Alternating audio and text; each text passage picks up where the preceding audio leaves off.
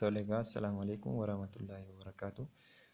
Kutaa lammaffaa barnoota herreegaa kutaa torbaffaatiin walitti deebinee jirra. Asirrattis kan ilaallu mata dureen keenya irraa hariiroo tuutotaa kan jedhudha.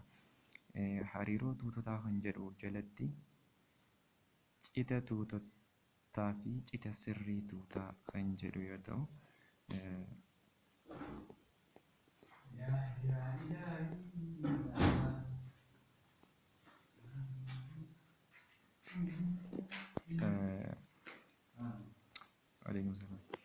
Toleegaa, bismillah.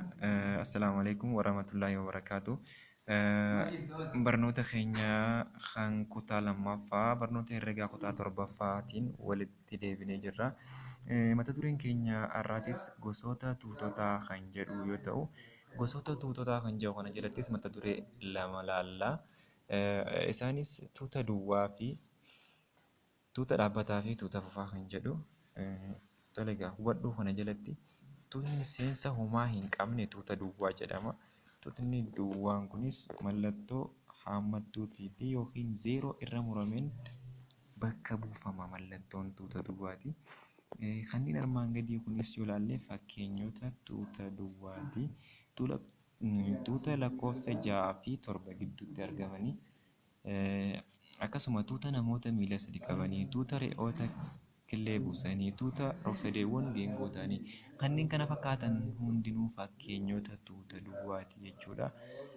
Inni lammaffaa mata dureen keenya tuuta dhaabbataa fi tuuta fufaa kan jedhu jalatti baay'inni miseensa tuuta tokkoo lakkaa'amee kan dhumu yoo ta'e tuutichi dhaabbataa jedhama. Yoo lakkaa'amee kan dhumu ta'e, tuutni miseensonni isaa lakkaa'amee hin dhumne immoo tuuta fufaa jedhama. Fakkeenyaaf tuuta dhaabbataa yoo fudhanne lakkoofsa takka, 2, 3, 5 hanga 19 yoo jenne lakkoofsonni kun miseensonni isaanii 10 jechuudha. Kanaaf lakkaa'amee dhumuu danda'a jechuudha. Innis kan asitti ibse tuuta lakkoofsa hoobxii jechuudha. Fedheeti takka 3, 5 hanga 19 kan jiru. Akkasuma fakkeenya baarra kenname tuutni baa lakkoofsa hundaa irra xiqqaa 100 tuuta dhaabbataa.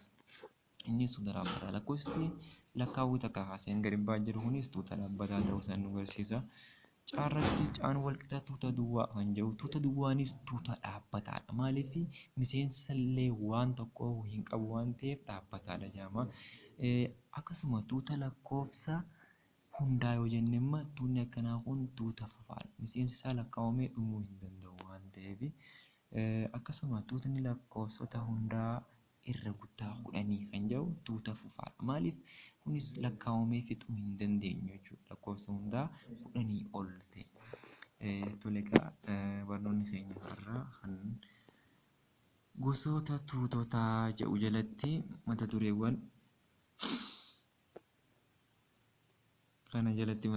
kana kan laalle ta'a. Galatoomaan waan na dhaggeeffattaniif. Akkasuma chaanaalii kana laayik, sabskiraayib, sheer gochuudhaan nu cinaa dhaabbadhaa. Galatoomaa.